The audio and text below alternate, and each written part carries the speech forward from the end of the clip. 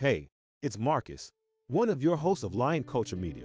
To begin, if you would like to see the written version on what I'm talking about today, please visit the bio section of this video. Today we learn more about the typological rule in hermeneutics.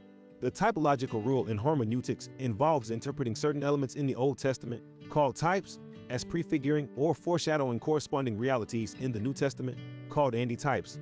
This approach helps to see the continuity and unity of God's redemptive plan throughout Scripture. Here's how you can use and apply the typological rule in your study of the Bible. Identify types and antitypes.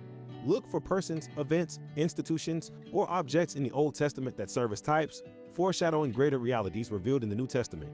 Common examples include Adam as a type of Christ, Romans 5:14, and the Passover lamb as a type of Christ's sacrifice, 1 Corinthians 5:7.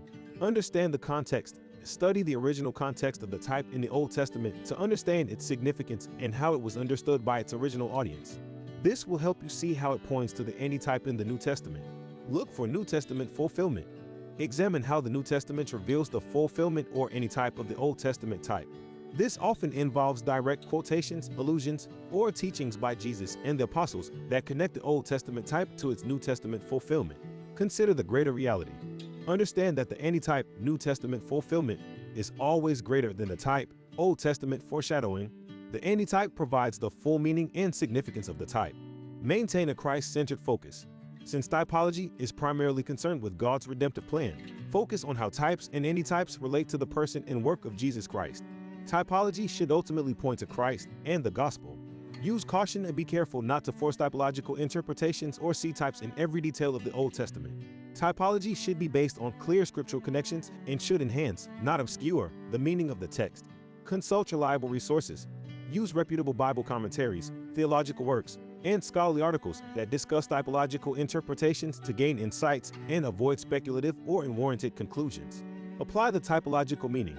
Once you have identified and understood the typological relationship, consider how it enriches your understanding of God's redemptive plan and how it applies to your life or the lives of those you are teaching. Pray for wisdom.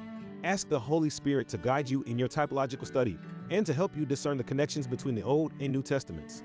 By using and applying the typological rule in hermeneutics, you can deepen your appreciation for the unity and coherence of Scripture and the centrality of Christ in God's plan of redemption.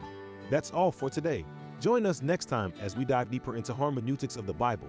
Also, make sure to subscribe for more from us.